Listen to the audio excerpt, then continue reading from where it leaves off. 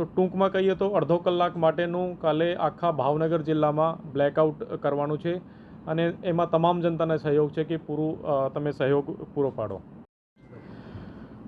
કાલે 7 તારીખે આપણા સિવિલ ડિફેન્સના ભાગરૂપે એટલે કે આમ નાગરિક આમ જનતાને કેવી રીતે કોઈ પણ પરિસ્થિતિ સર્જાય ત્યારે તૈયાર કરવું એના જ ભાગરૂપે કાલે સાંજે 7:45થી લઈને 8:15 સુધી એટલે કે અડધી કલાક માટે આખા ભાવનગર જિલ્લામાં બ્લેકઆઉટ કરવામાં આવશે.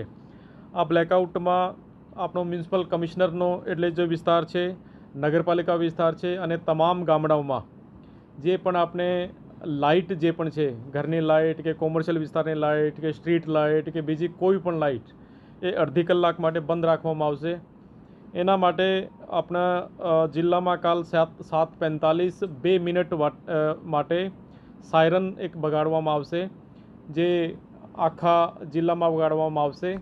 અને એના આધારે તમામને મારી વિનંતી છે કે તમે તમારા ઘરની, તમારે દુકાનની કે જે તમે જ્યાં પણ હો એ તમામ લાઇટો બંધ કરવાની છે. અને પછી 8:15 1 મિનિટનો ફરીથી સાયરન વગાડવામાં આવશે, તો પછી આપણે લાઇટ ફરીથી ચાલુ કરી શકાય છે.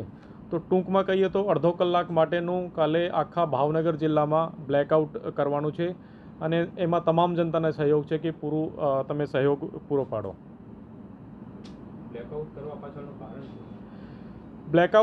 કરવા પાછળનું આ કારણ હોય છે કે દાખલા તરીકે અત્યારે જે દેશમાં થોડીક પરિસ્થિતિ સર્જાઈ છે પહેલગામ ઇન્સિડન્ટ પછી, તો એના જ ભાગરૂપે જો ભારત સરકારનો જો ગૃહ મંત્રાલય છે અને પછી ગુજરાત સરકારની ગાઈડલાઇન છે એના હિસાબે આપણે આ નથી કહી શકતા કે આપણે આ કહી શકાય કે કોઈ તૈયારીના ભાગરૂપે બ્લેકઆઉટ એમાં એક પ્રોસિજર હોય છે, મોક ડ્રીલ એમાં એક પ્રોસિજર હોય છે, સિવિલ જે નાગરિકો છે એની ટ્રેનિંગ કરાવવાનું એક પ્રોસિજર હોય છે.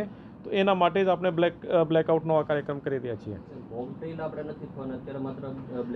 મોક ડ્રીલ પણ કરવાની છે, બ્લેકઆઉટ પણ કરવાનું છે. કાલ સાંજે 4 વાગે આપણા ભાવનગર જિલ્લામાં કોઈ એક પર્ટિક્યુલર જે આપણે કહી શકાય કે વાઇટલ એરિયો છે, વાઇટલ ઇન્સ્ટોલેશન જે અગત્યનો કોઈ જગ્યા છે, ત્યાં મોક ડ્રીલ કરવામાં આવશે. અમે અને જિલ્લા એસપી સાહેબ અને બાકી બધા લોકો ડિસાઇડ કરી રહ્યા છે કે કઈ જગ્યાએ આપણે મોક ડ્રીલ કરીએ. તો મોક ડ્રીલ આપણા જિલ્લામાં એક પર્ટિક્યુલર વિસ્તારમાં એક પર્ટિક્યુલર જગ્યામાં કરવામાં આવશે, પણ બ્લેકઆઉટ આખા જિલ્લામાં કરવામાં આવશે. મોક ડ્રીલ માટે સિવિલિયનને કંઈ એડ્રેસ કરવાનું? ના, મોક ડ્રીલ માટે સિવિલિયનને કંઈ એડ્રેસ નહીં કરવાનું. આમાં સિવિલિયનનો કોઈ રોલ ખરી? એને શું ધ્યાન રાખવાનું, શું કરવાનું કે કઈ વાત? મોક ડ્રીલમાં સિવિલિયનનો આમ કોઈ રોલ નથી, પરંતુ બ્લેકઆઉટમાં સિવિલિયનનો 100% રોલ છે. એમાં વિશેષ રૂપે ધ્યાન રાખવાનું છે કે જ્યારે 7:45 સાયરન વાગશે ત્યારે પહેલી વસ્તુ આ છે કે કોઈ ગભરાવાનું નહીં, કારણ કે આ ફક્ત એક ટ્રેનિંગનો ભાગ છે.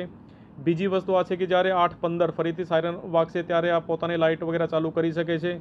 ત્રીજી આ વસ્તુ છે કે આ દરમિયાન કદાચ વ્હીકલ પણ રોડ પર હશે, કદાચ લોકો અવરજવર કરતા હશે, તો તમામને મારી આ જ વિનંતી છે કે ભાઈ જ્યાં સુધી શક્ય હોય ત્યાં સુધી તમે 7:45થી લઈને અને 8:15 સુધી ઘરથી બહાર નહીં નીકળતા, વિશેષ રૂપે વ્હીકલ વગેરે લઈને, કારણ કે વ્હીકલની જ્યારે આપણે લાઇટ વાપરીએ ત્યારે બ્લેકઆઉટ જે કરવાનું પર્પઝ છે આ થોડુંક ડિફીટ થાય છે.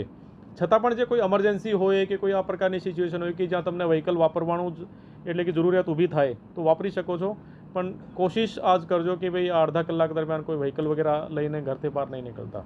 આ સિવાય કોઈ કોસ્ટલ વિસ્તારની અંદર આયોજન? ના, પર્ટિક્યુલર અત્યારે કોઈ કોસ્ટલ વિસ્તારમાં કે કોઈ ડ્રીલનું કે કોઈ મીન્સ કે આયોજન નથી, પરંતુ આ જો બ્લેકઆઉટનું આયોજન છે આ તો કોસ્ટલ વિસ્તારને પણ સામેલ કરે છે.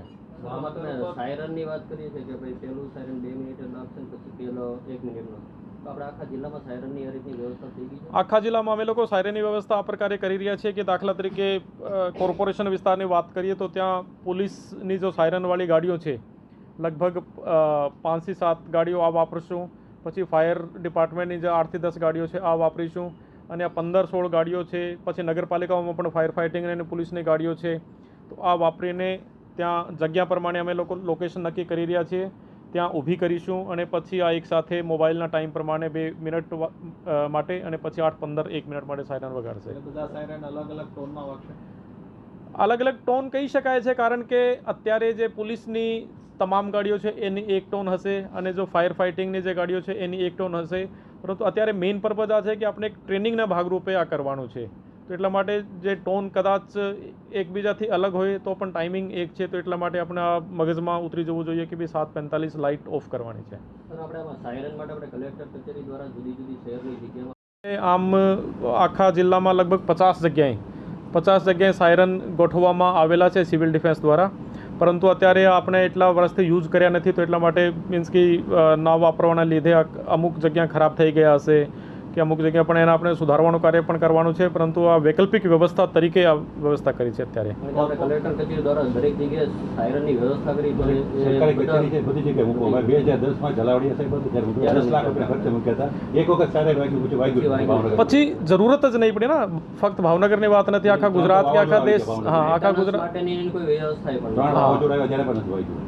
પણ વાવાઝોડામાં કે આ તો પર્ટિક્યુલર વસ્તુ સાયરનની જરૂરિયાત ત્યારે ઊભી થાય છે જ્યારે કોઈ ઇન્ટરનેશનલ ટાઈપનું કોઈ આ પ્રકારની વસ્તુ ઊભી થાય, અથવા તો કોઈ બ્લેકઆઉટ કરવાનું હોય કે આખા શહેરમાં કોઈ મેસેજ આપણે કરવાનો હોય ત્યારે સાયરનની જરૂરિયાત ઊભી થાય. સવારે અમે લોકો વિચારતા હતા કે જે આપણે જો કચરો ભેગો કરવાવાળી જે ગાડી છે એમાં પણ આઈ થિંક પબ્લિક અનાઉન્સમેન્ટની વ્યવસ્થા છે, તો કોર્પોરેશનના કમિશનર સાહેબ અથવા ડેપ્યુટી કમિશનર સાથે વાત કરીને એના મારફતે પણ લોકોને જાણ કરીશું કે ભાઈ 7:45 લાઇટ બંધ કરવાની છે. પરંતુ આ પ્રેસ કોન્ફરન્સ કરવાનો પણ ઉદ્દેશ્ય આ છે કે તમામ લોકોને ખબર પડી જાય કે ભાઈ આખા ગુજરાતના જે અમુક જિલ્લાઓ છે, જે 18 જિલ્લા સિલેક્ટ કર્યા છે સરકારે, ત્યાં આ પ્રકારની વ્યવસ્થા અડધી કલાક માટે થશે કાલે.